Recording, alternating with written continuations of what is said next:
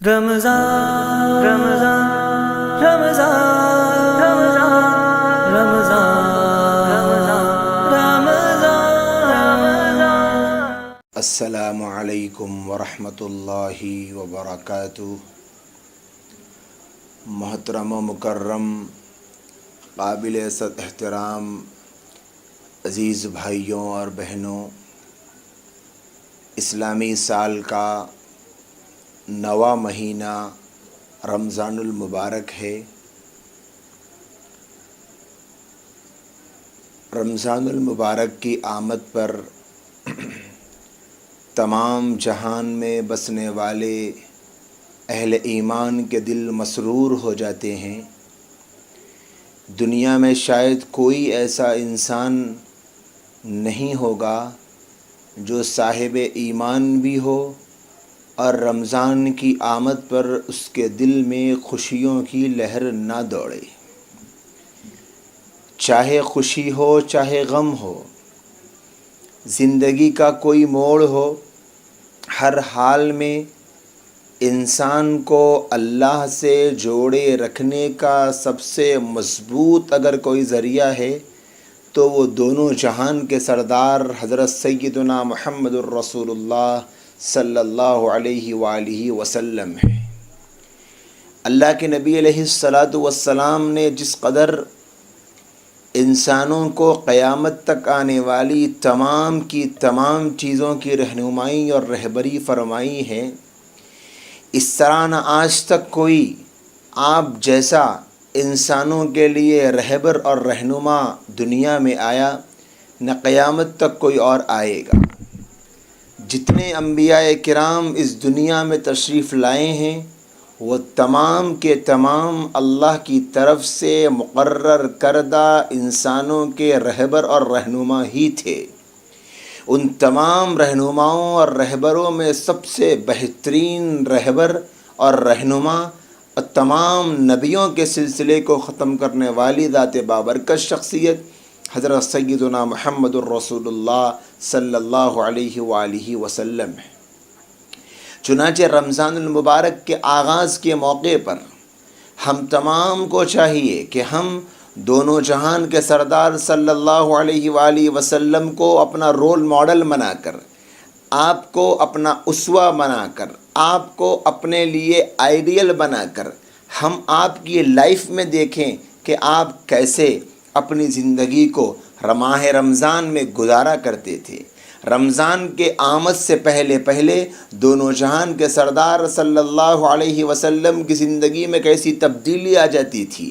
تاریخ کی کتابیں بھری پڑی ہیں واقعات سے، اللہ کے نبی علیہ السلام کے چاہنے والے جانثاروں کے رمضان کے سلسلے میں قربانیوں سے، لیکن ہم آج اللہ کے نبی علیہ السلام کی ذات بابرکت، اللہ کے نبی علیہ السلام کا وجود مسعود اور آپ کی ذات مطہرہ سے رمضان کے سلسلے میں کیا اعمال کا اظہار ہوتا تھا، آپ کی زندگی میں کیسی تبدیلی آتی تھی اور آپ کیسے انسانیت کے سامنے بحیثیت نبی رمضان المبارک گزارا کرتے تھے، وہ آج ہم اس مجلس میں جانیں گے۔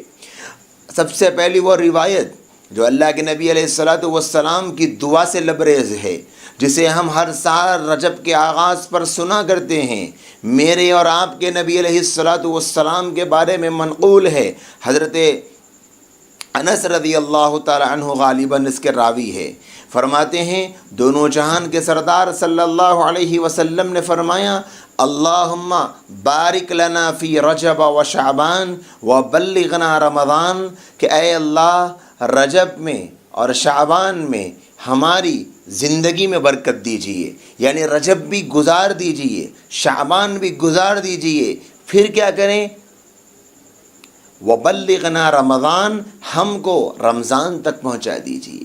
تو یہ عمر میں برکت کی دعا کہ رجب بھی گزرے، شعبان بھی گزرے اور رمضان میں میں داخل ہو جاؤں، رمضان میں زندگی باقی رہے۔ ذرا تصور کر کے دیکھیں، رمضان کے مہینے کی عظمت کے اظہار کے لیے یہ دو جملے حدیث کے کیسی زبردست عکاسی کر رہے ہیں کہ 2 مہینے پہلے سے میرے اور آپ کے نبی رمضان کے مہینے کا انتظار کر رہے، صرف انتظار نہیں، اس مہینے تک پہنچنے کی دعا فرما رہے۔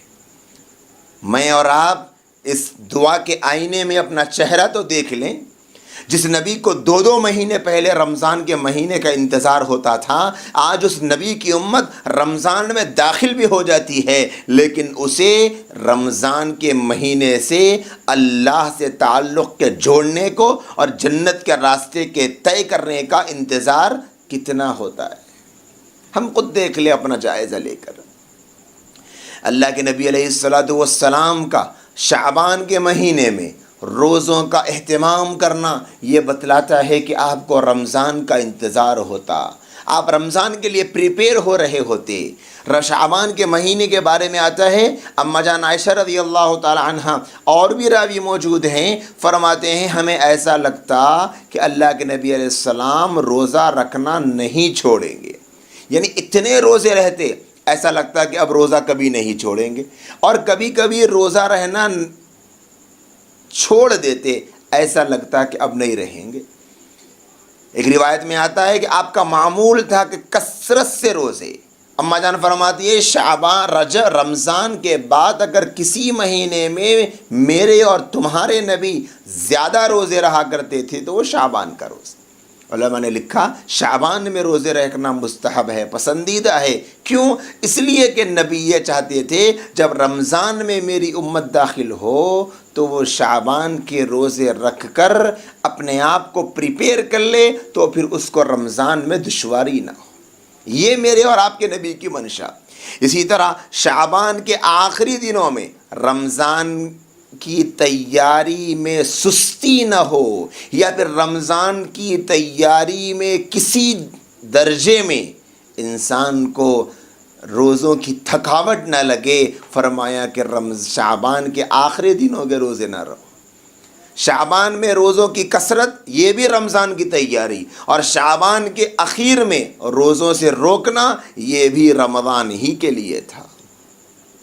اسی طرح اللہ کے نبی علیہ السلام کے معمولات، عبادات، ریاضت، مجاہدہ، سب کچھ جو عام دنوں میں پوری انسانیت کے اعمال سے بہت بلند اور بہت اونچا ہوا کرتا تھا، رمضان کی آمد پر ہر عمل میرے اور آپ کے محبوب نبی کا اور زیادہ بڑھ جایا کرتا تھا، مزید اضافہ ہو جاتا تھا۔ اللہ کے نبی کے ایک ایک عمل میں کثرت پائی جاتی تھی۔ اللہ کے نبی علیہ السلام کی سیرت پڑھ کے، رمضان المبارک میں نبی کا کردار پڑھ کے ایسا لگتا ہے کہ نبی کے زندگی میں ہم کو اعمال کی حرص ملے گی، اللہ سے تعلق کا شوق زیادہ سے زیادہ ملے گا، جبکہ نبی کو سب سے زیادہ اللہ کا تعلق حاصل تھا۔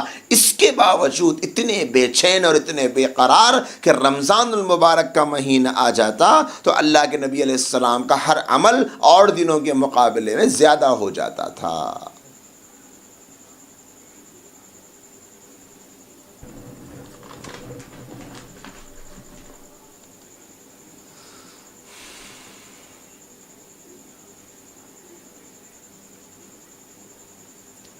چنانچہ اما جان عائشہ صدیقہ رضی اللہ تعالی عنہا فرمایا کرتی ہیں، کان رسول اللہ صلی اللہ علیہ وسلم اذا دخل رمضان، کہ جب رمضان کا مہینہ آتا اور نبی علیہ السلام کی حیات طیبہ میں رمضان کا مہینہ تشریف لاتا تو اللہ کے نبی علیہ السلام کے اندر 4 قسم کی تبدیلیاں پیدا ہو جاتی تھی۔ تغیر لونہ، کہ آپ علیہ السلام کا رنگ مبارک بدل جاتا تھا۔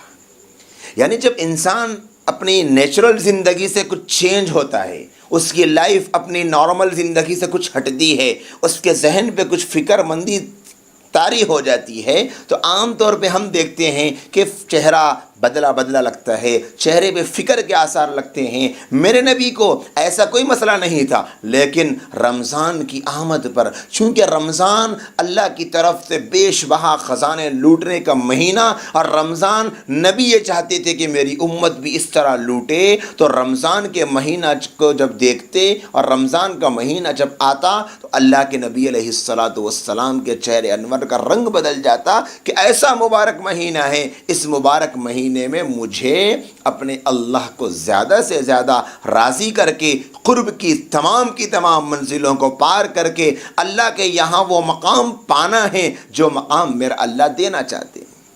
اور ہمیشہ ہمیں یہ یاد رکھنا چاہیے، جہاں کہیں مقام نبوت کا ذکر آئے کہ نبی کے مقام کی بلندی، تو وہ ہمارے اعتبار سے نہیں، اتنے انسان ہیں، سب کا اپنا اپنا مقام۔ انبیاء کا سب سے اونچا مقام اور سارے نبیوں میں ہمارے نبی کا سب سے بلند مقام، علماء نے فرمایا کہ مقام کی بلندی کا مطلب یہ ہوتا ہے، اتنے درجے ہیں بلندی کے کہ ان درجوں کی بلندی مطلوب ہوتی ہے ان برگزیدہ شخصیتوں کو۔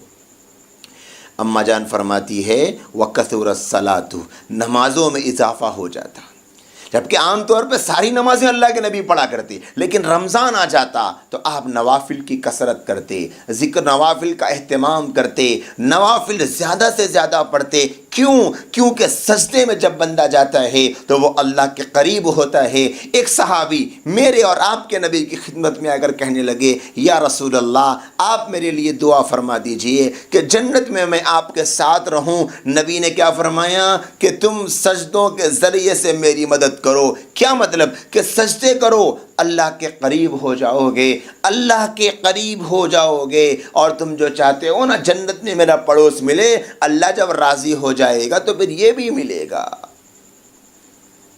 ہمیں رمضان کے مہینے میں کیا کرنا ہے؟ نوافل کا اہتمام۔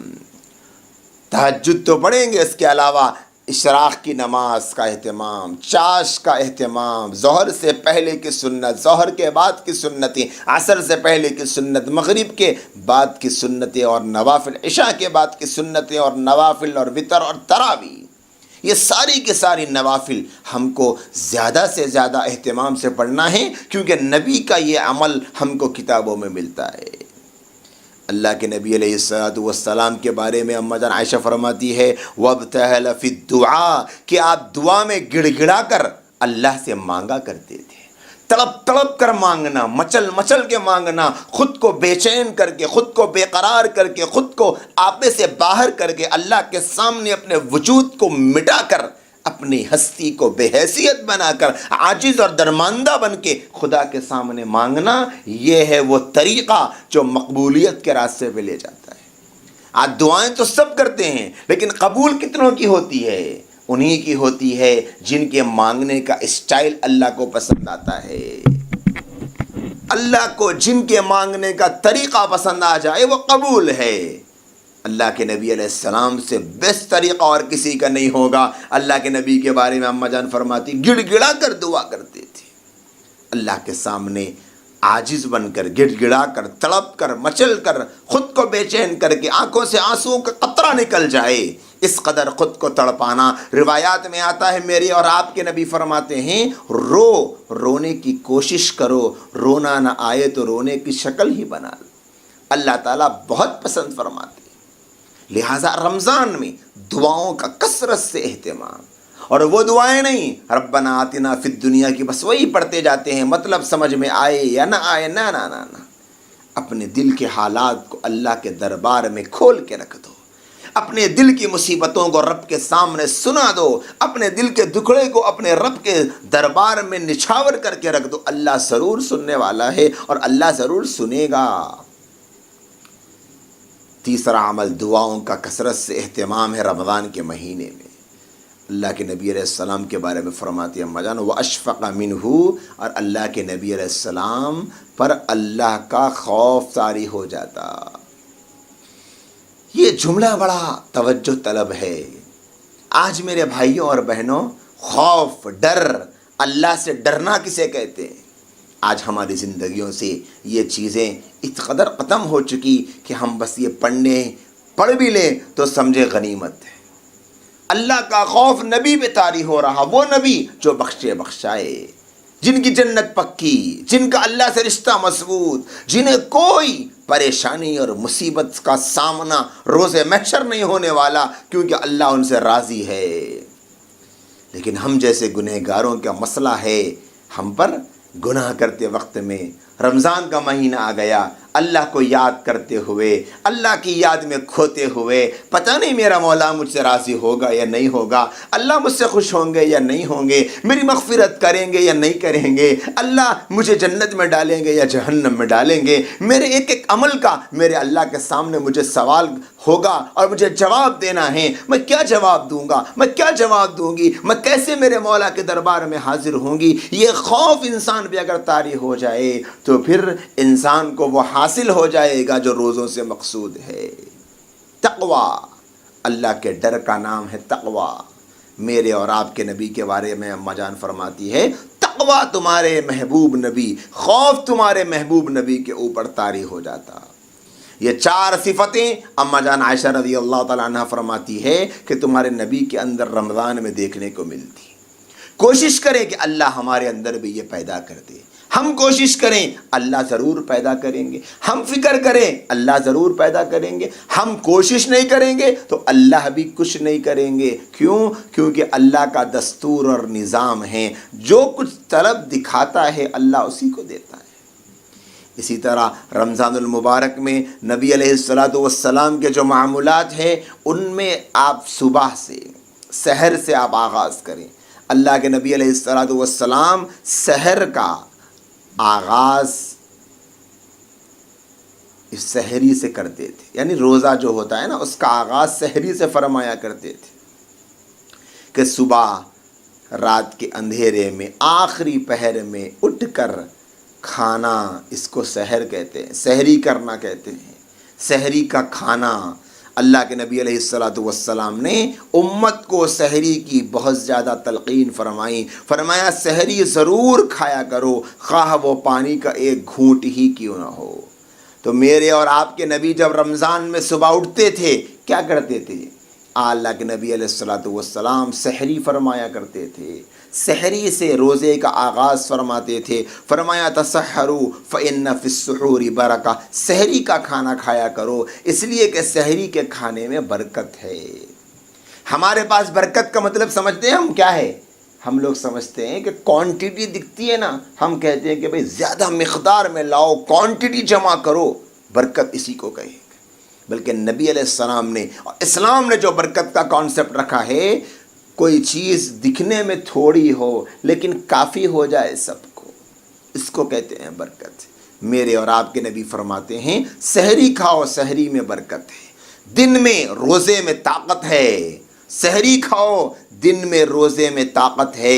جو سحری کرتا ہے وہ دن میں طاقت محسوس کرتا ہے، روزے میں کام کی ہمت محسوس کرتا ہے۔ انسان کو رات میں سحری کے لیے اٹھتا ہے تو پھر ذکر و اذکار کا، تہجد کا، توبہ کا، دعا کا یہ موقع پروردگار عالم فراہم کرتے ہیں۔ پھر جب دن گزرتا، رات کا وقت آتا، یعنی مغرب کا، غروب کا وقت آتا، تو میرے اور آپ کے نبی علیہ السلام سحر کے بعد میں جو مخصوص عمل فرماتے تھے روزے کا، وہ ہے افطار، یعنی افطار فرمایا کرتے تھے۔ اللہ کے نبی علیہ السلام اکثر اوقات کھجوروں سے افطار فرماتے تھے اور فرماتے تھے کہ اگر کھجور نہ ہو تو پانی سے افطار کر لیا کرو۔ اللہ کے نبی بھی پانی سے افطار فرماتے تھے اگر کھجور نہ ہوتا۔ فرمایا کہ کھجور سے کر لے افطار کیونکہ اس میں برکت ہے، اگر کھجور میسر نہ ہو تو پانی سے کر لے کیونکہ پانی پاک ہوتا ہے۔ میرے اور آپ کے نبی کا عمل رمضان کے مہینے میں سحری کا ہوتا، پھر اس کے بعد افطار فرماتے۔ دن بھر کے اوقات نمازوں کی پابندی وہ تو اللہ کے نبی علیہ السلام، آپ کے صحابہ، آپ کے چاہنے والے سب کرتے ہیں۔ فرائض کی پابندی، سنتوں کا اہتمام، پھر نفل نمازوں کا اہتمام، تلاوت قرآن اور بھی معمولات آگے آپ سنیں گے۔ افطار فرمایا کرتے تھے۔ اللہ کے نبی علیہ السلام نے فرمایا افطار کیا کرو اور کھجور سے کرو، اس میں برکت ہے۔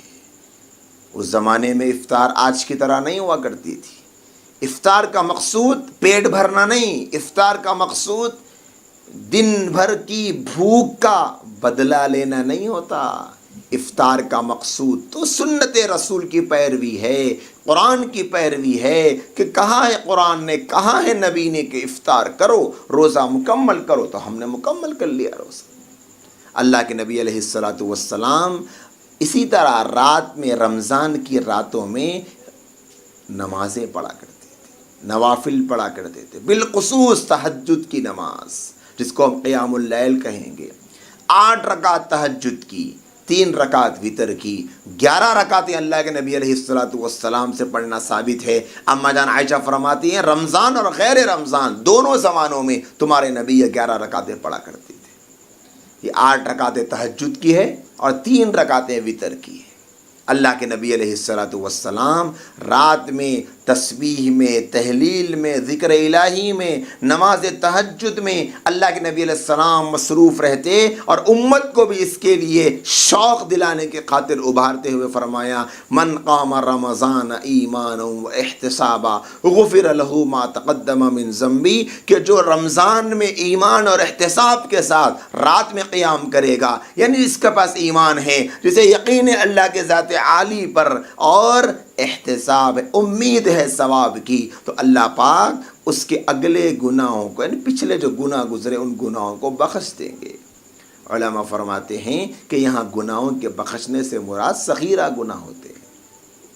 تو تہجد کا اہتمام رمضان کے مہینے میں، رات میں تہجد کو، سحر کو اٹھیں گے ایک بس 15 منٹ پہلے، 20 منٹ پہلے تہجد کی نماز کے لیے اٹھ جانا، تہجد پڑھ لینا، یہ نبی کا معمول تھا، ہم بھی اس کو اپنا لیں۔ رمضان کے مہینے میں سبھی اٹھتے ہیں، 8 رکعت تہجد کی میرے اور آپ کے نبی پڑھتے تھے۔ کم سے کم 4 رکعت پڑھ سکتے ہیں، 2 رکعت بھی پڑھ سکتے ہیں، لیکن 4 رکعت پڑھ لیں بہتر ہے، 8 رکعت پڑھ لیں اور بہتر ہے، لیکن تہجد کو ناغہ ہونے نہ دے، کیونکہ یہ وہ نماز ہے جو سیدھے اللہ کے دربار میں ہماری دل کی کھڑن کو، تڑپ کو، بے چینی کو اللہ کے دربار میں پہنچا دیتی۔ وہ رات کا وقت ایسا ہوتا ہے کہ دل رونے پر آمادہ، آنکھیں آنسوؤں کے بہانے کے لیے تیار، اور سینہ کھولنے کے لیے بے چین، تڑپنے کے لیے تیار۔ کیسی بے چینی اور بے قراری رات کے سحر میں ہوتی ہے۔ اللہ کے نبی کیسے راتوں میں اپنے اللہ کے سامنے رویا کرتے تھے، اولیاء رویا کرتے تھے۔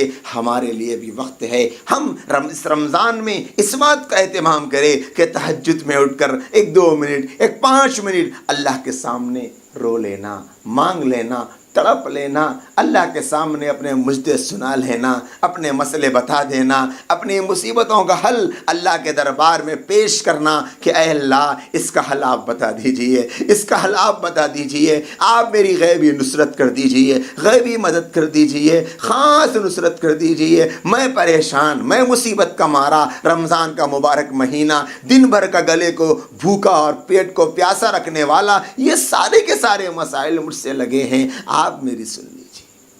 کیسے کیسے مسائل ہمارے اٹکے ہوئے، گھروں میں شادیوں کے مسئلے، دعوتوں کے مسئلے، مصیبتوں کے مسئلے، بیماریوں کے مسئلے، کام کے مسئلے، جاب کے مسئلے، کہیں باپ کا، کہیں ماں کا، کہیں بیٹی کا، کہیں بیٹے کا، کہیں بھائی کا، کہیں بیوی کا، کہیں شوہر کا، کہیں بچوں کا، کتنے مسائل ہمارے سر پہ ہوتے ہیں۔ یہ رات کا وقت ایسا ہے جو اللہ کے دربار سے کچھ لے لینے کا ہے۔ میرے اور آپ کے نبی کا یہ عمل رمضان کا خصوصی عمل ہوتا تھا کہ وہ تہجد کا ہر سال بھر اہتمام فرماتے تھے۔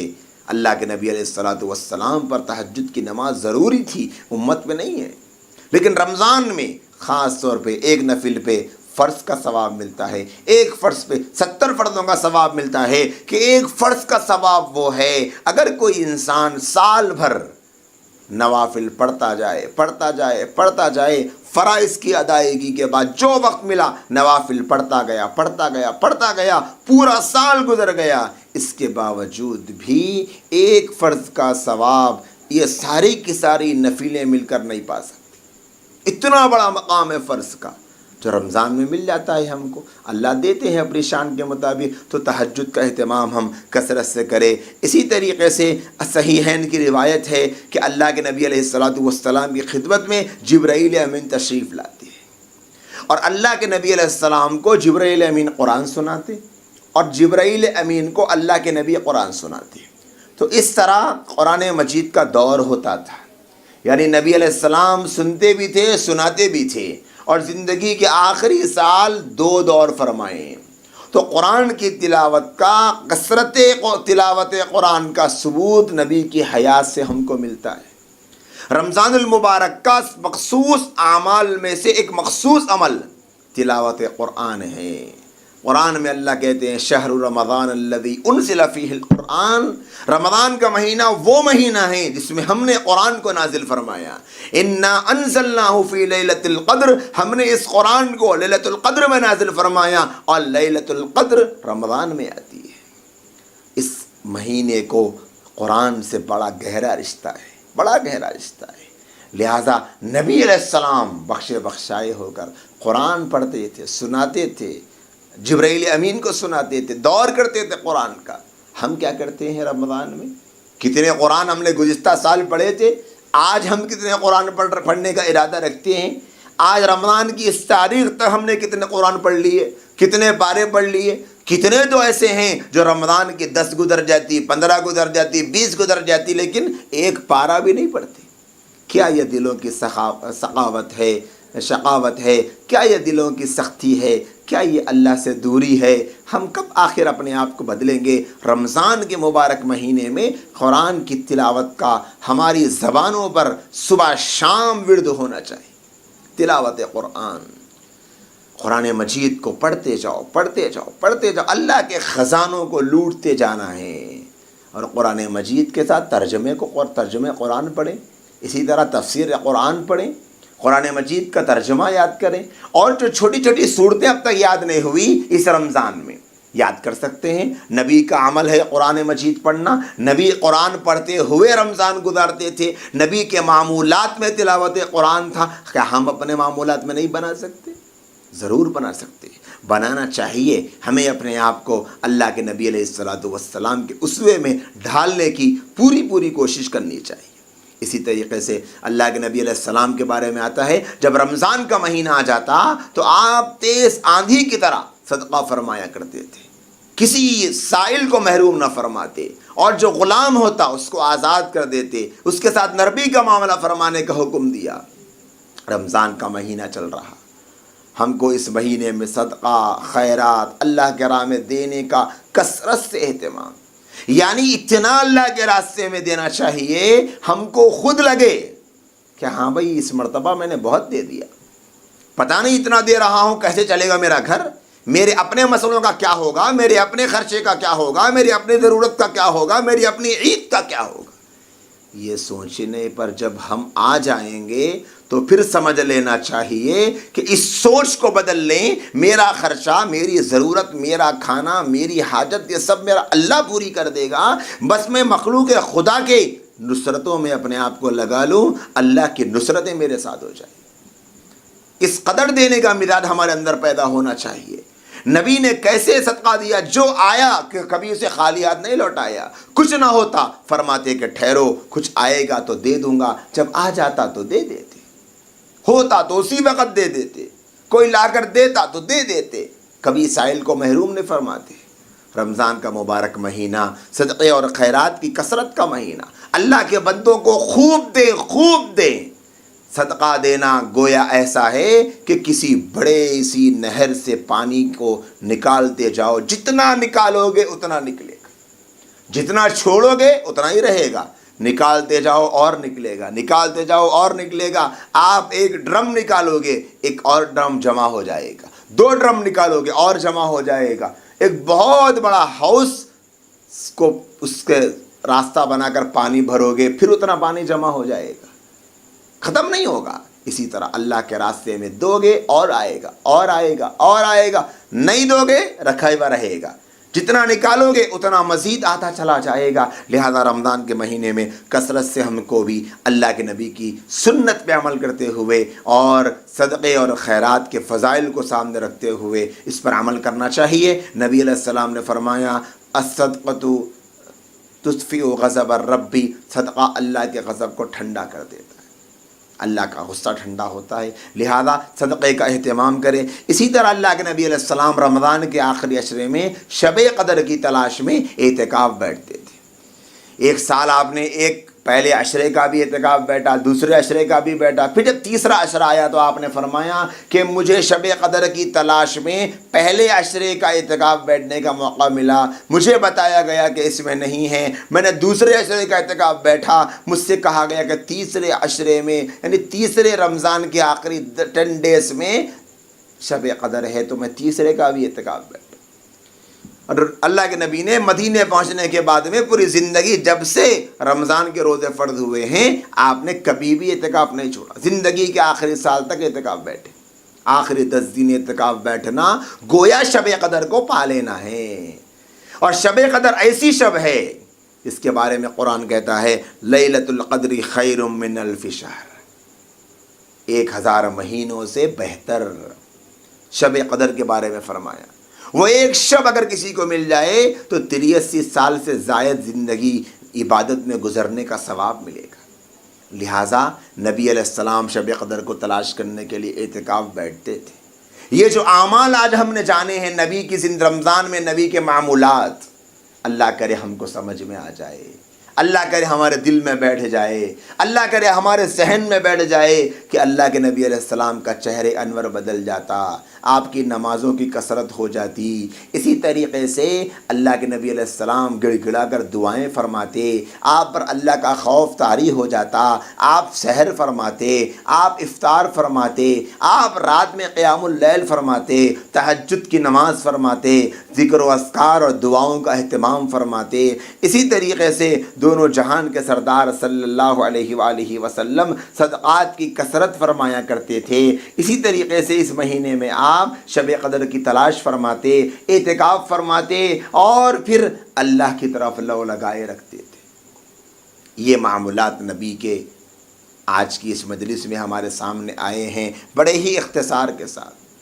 اللہ کرے اللہ ہم تمام کو اس پر عمل کی توفیق دے، اللہ کرے ہم تمام کو یہ بات سمجھ میں آ جائے رمضان کیسے گزاریں، رمضان کیسے گزرے۔ ہمارے پاس کا وہ رمضان ایسا گزرتا ہے کہ ہمیں اپنی زندگیوں کو دیکھ کر پناہ چاہنے کو دل چاہتا ہے۔ ہم تو بس کھانے میں رہ گئے، مزوں میں رہ گئے، زبان کے چٹخاروں میں رہ گئے، اور وہ اللہ کے نیک بندے جو نبی کے ورثاء اور ان ورثاء کے ورثاء انہوں نے آخرت کے جنت کے مزے چکھ لیے، ہم زبانوں کے مزے میں رہ گئے۔ وہ تو جنت کا سودا کر گئے، ہم نے بازاروں میں چیزوں کا سودا کر لیا۔ رمضان کا مہینہ پیسوں سے چیزوں کو خرید کر اس دنیا کی فانی حیات کو مزیدار بنانے کا نہیں ہے، بلکہ رمضان کا مہینہ اعمال سے جنت کو خرید کر آخرت کو سنوارنے کا مہینہ ہے۔ اللہ پاک سے دعا ہے اللہ ہم تمام کو توفیق عمل نصیب فرمائیں، پوری امت مسلمہ کو رمضان کا صحیح معنی میں احترام کرنے کی توفیق عطا فرمائیں، آمین۔ وآخر دعوانا ان الحمد للہ رب العالمین۔ ہے ہند میں انوکھا مرکز تحفظ دی، یہ دی کا ترجمہ ہے مرکز تحفظ دی۔